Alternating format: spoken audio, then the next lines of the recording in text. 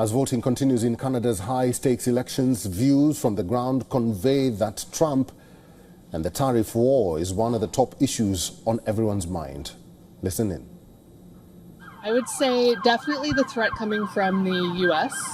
That would be the number one issue. It wasn't at first, but it's gained traction over time, and it's become the number one reason for my vote. I think Carney has the pedigree, not just Canadian sovereignty, but also economic sovereignty. I mean, two central banks under his belt. I think that's a good pick. I'm concerned. I'm hoping that the Liberals will get in, but I'm still worried. I'm worried. I saw there was a poll on Friday where I saw that the youth vote, 18 to 24, was trending conservative. All right, let's now talk about this high-stakes elections in Canada. Dean Baxendale is a global columnist at Sunday Guardian. He's also a political and policy analyst.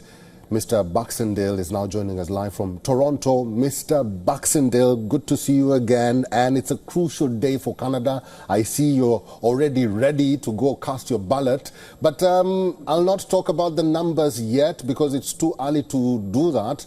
But tell us about the enthusiasm and the anticipation ahead of these polls in Canada. Well, I think we have one person in particular to thank for the outpouring of Canadians wanting to come out and vote, and that is Donald Trump.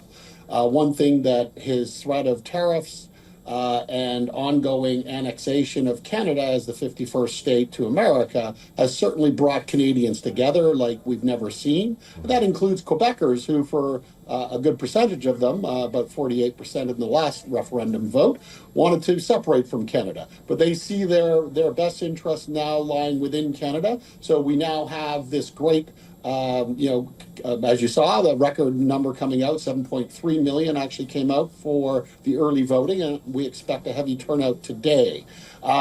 So what's at stake?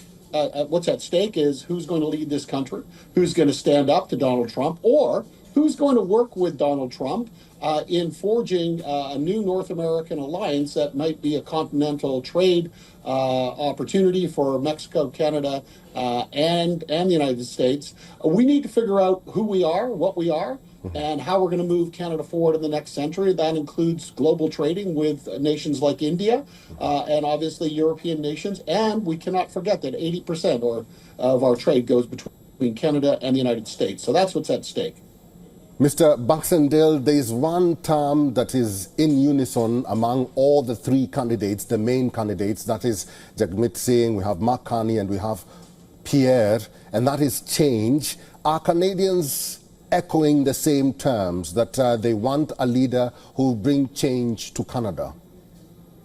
Well, I think if we look at the Liberal campaign, really, it's really just an extension of the Trudeau campaign, the Trudeau mandate. Mark Carney has come into place. He certainly has the pedigree, but he's certainly not going to be offering Canadians change if you're to believe that the party has any sway on its leader and the direction of the platform of that ruling Liberal Party. What Pierre Poilievre has promised is change.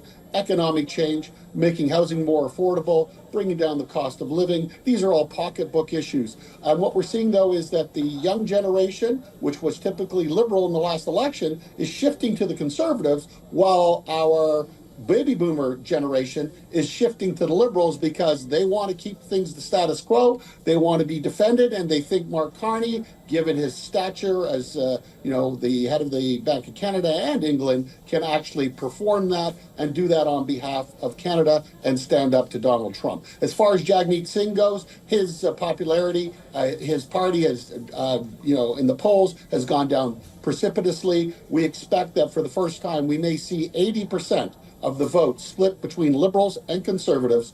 And it doesn't look good, though, for the Conservatives at this juncture in time.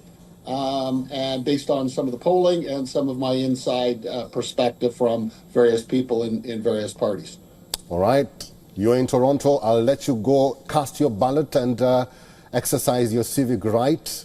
Mr. Dean Baxendale, thank you very much for talking to us today.